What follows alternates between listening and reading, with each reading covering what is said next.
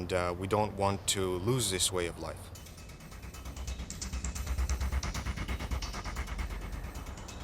In April 2007, a row broke out between Russia and Estonia because the Estonians wanted to move this Russian war memorial from the center of Tallinn to this more remote location. To the many Russians who still lived here, this was deeply offensive, and they took to the streets in riots that lasted for 2 nights, Estonia's worst period of civil unrest.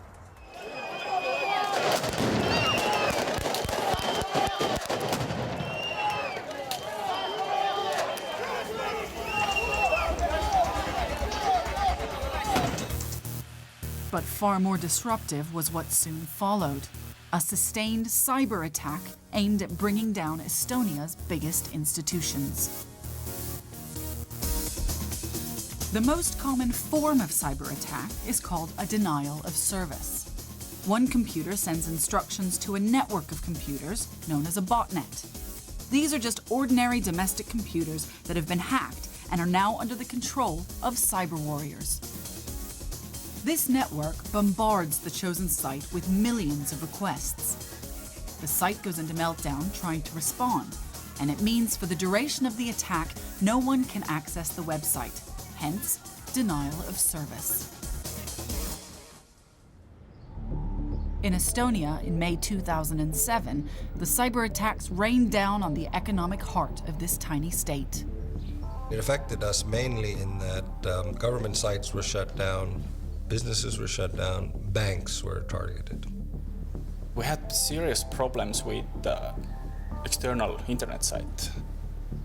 So our customers couldn't get inside of the internet bank. If you take down the newspapers, you don't know what's going on in the country. If you take down the banks, the economic activity is paralyzed. Now, if you're an Estonian businessman in Paris and you need to contact your bank over the internet to get some funds out, you couldn't. And Estonia eventually shut this off by cutting themselves off from the outside world. They sealed the borders. They wouldn't take any incoming messages from over the internet. What makes cyber wars such a threat to the state is that the state doesn't even know who or where the attack is coming from. Very difficult to know who is attacking you in cyberspace because cyber investigations usually end at a compromised computer in a third country on which the logs have been deleted. It probably wasn't organized in Uruguay, or it probably wasn't organized in, I don't know, Mali. We can't really tell today who was the mastermind behind it all, whether there was just one mastermind behind it all. And there is no clear evidence of state involvement. However, what we can show is that the Russian Federation did not cooperate in mitigating these attacks. So at least there might have been passive support to these attacks.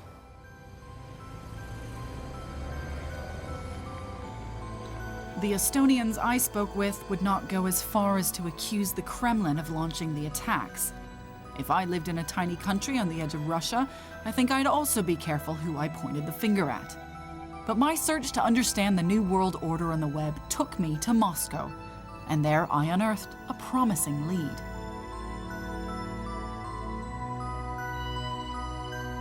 In a dingy townhouse, a commissar in Nashi, a nationalistic youth movement, agreed to talk to me.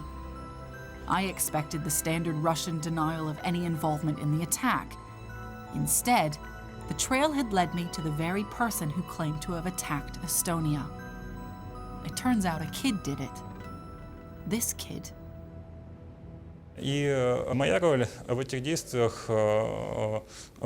My role was such that I was an initiator of this battle on the internet. I was a developer of the technology used, in addition to being an organizer of these actions.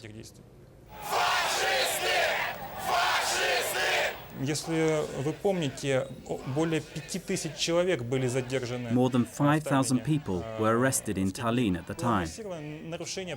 Their human rights were violated on a mass scale.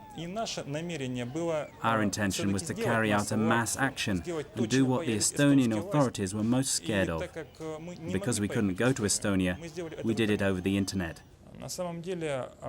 These were no cyber attacks as such. It was cyber self-defense. Киберзащита Cyber self-defense is no more than mass action on the internet.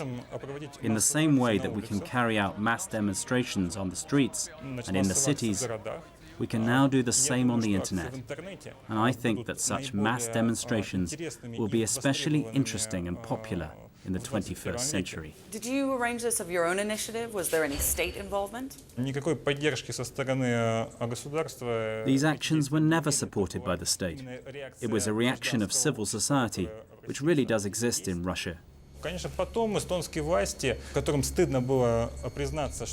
course, the Estonian authorities were embarrassed that ordinary 18 to 20-year-old men had crashed their main sites. So they made up stories, suggesting that the attacks had come from the Kremlin.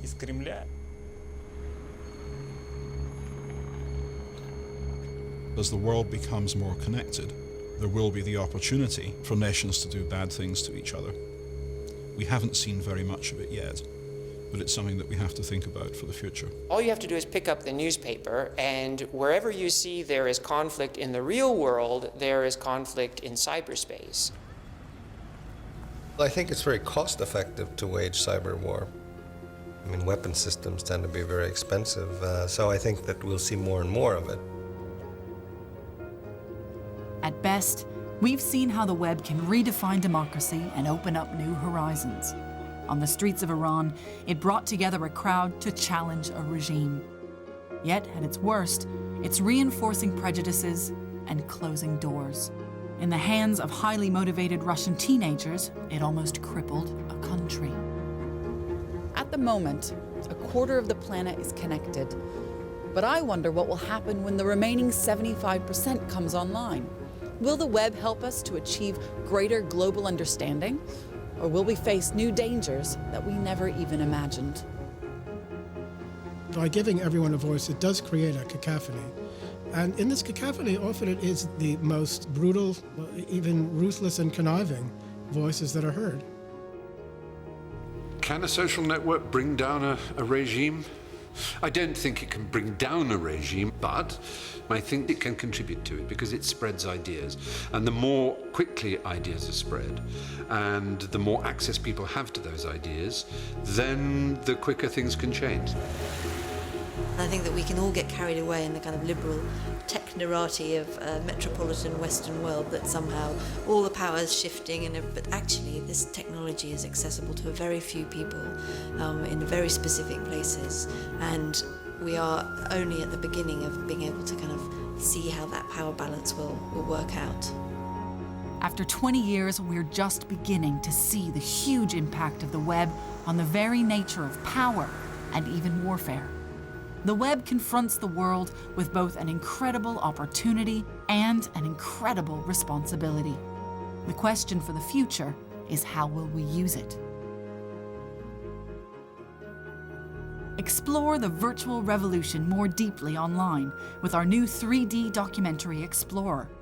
Go to bbc.co.uk/virtual revolution to discover the stories behind the series, and follow the links to the Open University for more from those reshaping the web and the world. Next time, how business has colonized the web, and how we're paying for free services with our privacy.